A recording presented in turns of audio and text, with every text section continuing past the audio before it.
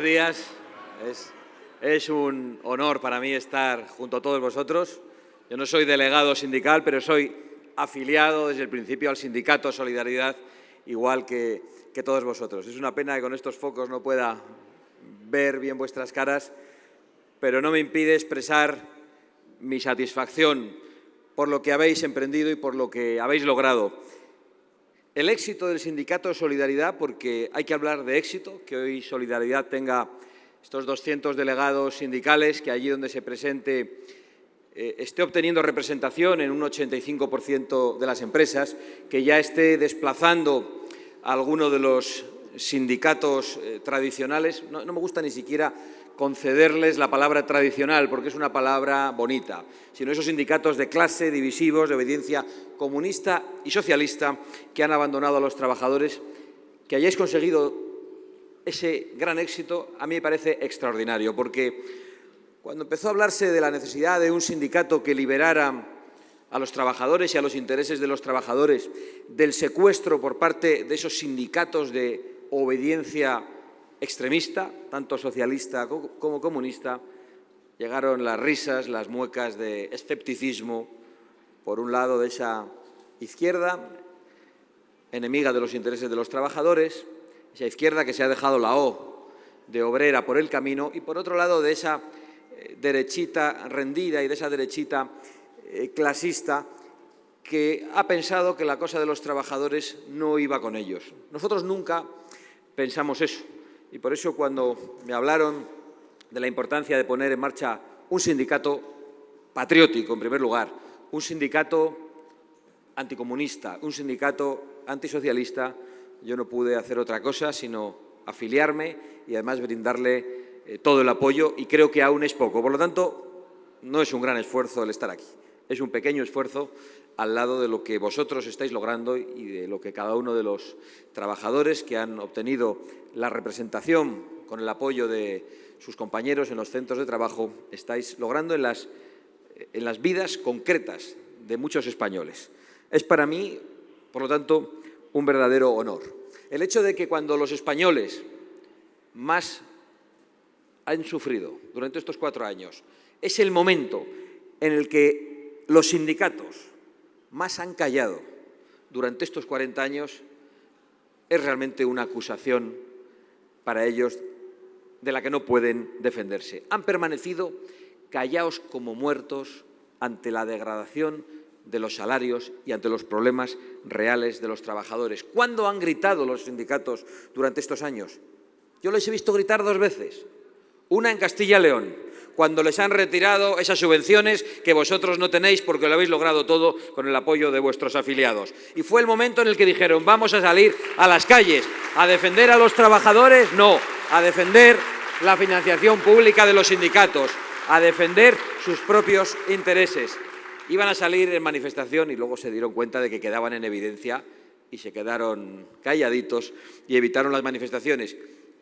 Y han gritado también estos días, de una manera muy soez, muy obscena, porque los habéis definido de una forma que come gambas. Claro, la verdad es que gastarse el dinero público, el dinero de los trabajadores en gambas, creo que representa el gasto más decente que han hecho en Andalucía los sujetistas, los socialistas y los comunistas. El más decente, porque también se lo han gastado en otras cosas. Es decir, que les habéis llamado comegambas, pero podíais haberle llamado otra cosa. La respuesta de ese peregrino líder sindical pues ha sido sorprendente. No voy ni siquiera a reproducir el insulto que os ha lanzado. Pero es un insulto, por cierto, que era del gusto de Fidel Castro. Creo que os dijo, no voy a anticipar lo anterior, pero os dijo come mierdas. Podía haberos llamado también, como Fidel Castro, mariconsones. A pesar, porque claro, esto es la homofobia, la toleran toda de sus tiranos, exclusivamente. Y digo esto porque precisamente a lo que se ha dedicado el mundo sindical en España es muy significativo y tiene que ver con la traición a los trabajadores. Se han dedicado a las políticas de género que a ningún trabajador interesan, a ninguno importan, y lo único que hacen además es lastrar a las empresas. Se han dedicado a promover la inmigración masiva que degrada a los barrios de los trabajadores y que hunde sus salarios.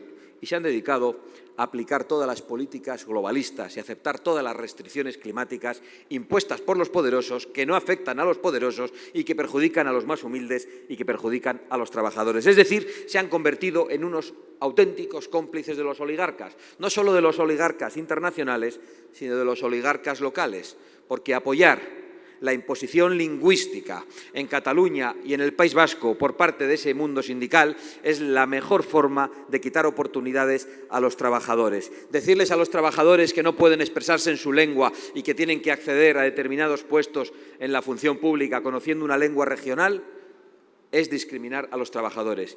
Y los sindicatos esos de clase, comunistas y socialistas, se han puesto al servicio de las oligarquías separatistas en el País Vasco y en Cataluña, hablando de lo que más perjudica a los trabajadores y, por supuesto, nunca de lo que importa, olvidándose del empleo, olvidándose de los salarios dignos por los que no han salido a la calle, olvidándose del acceso a la vivienda. ¿Cuándo ha empezado a hablar la izquierda del acceso a la vivienda? Un mes antes de las elecciones. Un mes antes de las elecciones. Durante estos 4 años no se les ha ocurrido absolutamente nada para facilitar la compra de viviendas, para facilitar el acceso al alquiler. Y, por supuesto, tampoco se les ha ocurrido nada para reducir los impuestos, para acabar con las cuotas de los autónomos, que son una auténtica injusticia únicamente por levantar la persiana, y para aumentar los salarios rebajando las cotizaciones sociales y haciendo que los trabajadores puedan cobrar más sin impedir a los empresarios que sigan generando empleo. Y esto solo lo comprende un sindicato valiente, un sindicato que entiende que es necesario el empleador y el empleado. Y en eso sois absolutamente ejemplares. Sois precisamente los auténticos patriotas, los que no queréis dividir a la sociedad por clases, ni por sexos, ni por ninguna otra condición, los que no aceptáis el ataque a la igualdad en todo el territorio nacional.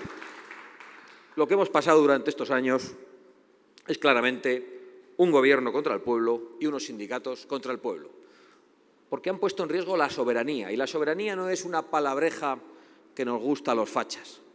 La soberanía tiene contenidos concretos. Cuando hablamos de soberanía, hablamos de la soberanía industrial. Hablamos de que nuestras industrias sean pujantes, de que esa industria del automóvil que da trabajo en España pueda seguir funcionando sin aplicar esas restricciones climáticas y todas esas trabas de los burócratas que aquí se obedecen. Hablamos de la soberanía energética, esa que nos debería permitir explorar nuestros recursos naturales y, por lo tanto, derogar las leyes climáticas aprobadas en el Congreso que condenan a nuestro pueblo a la dependencia. Y hablamos de la soberanía alimentaria, esa que es imposible si ponemos zancadillas a los productores y a los trabajadores en España, mientras nos gastamos el dinero de los españoles y de los europeos en levantar infraestructuras en Marruecos. Por lo tanto, cuando hablamos de soberanía hablamos de cosas concretas, pero les debe parecer una cosa muy franquista lo de la soberanía también.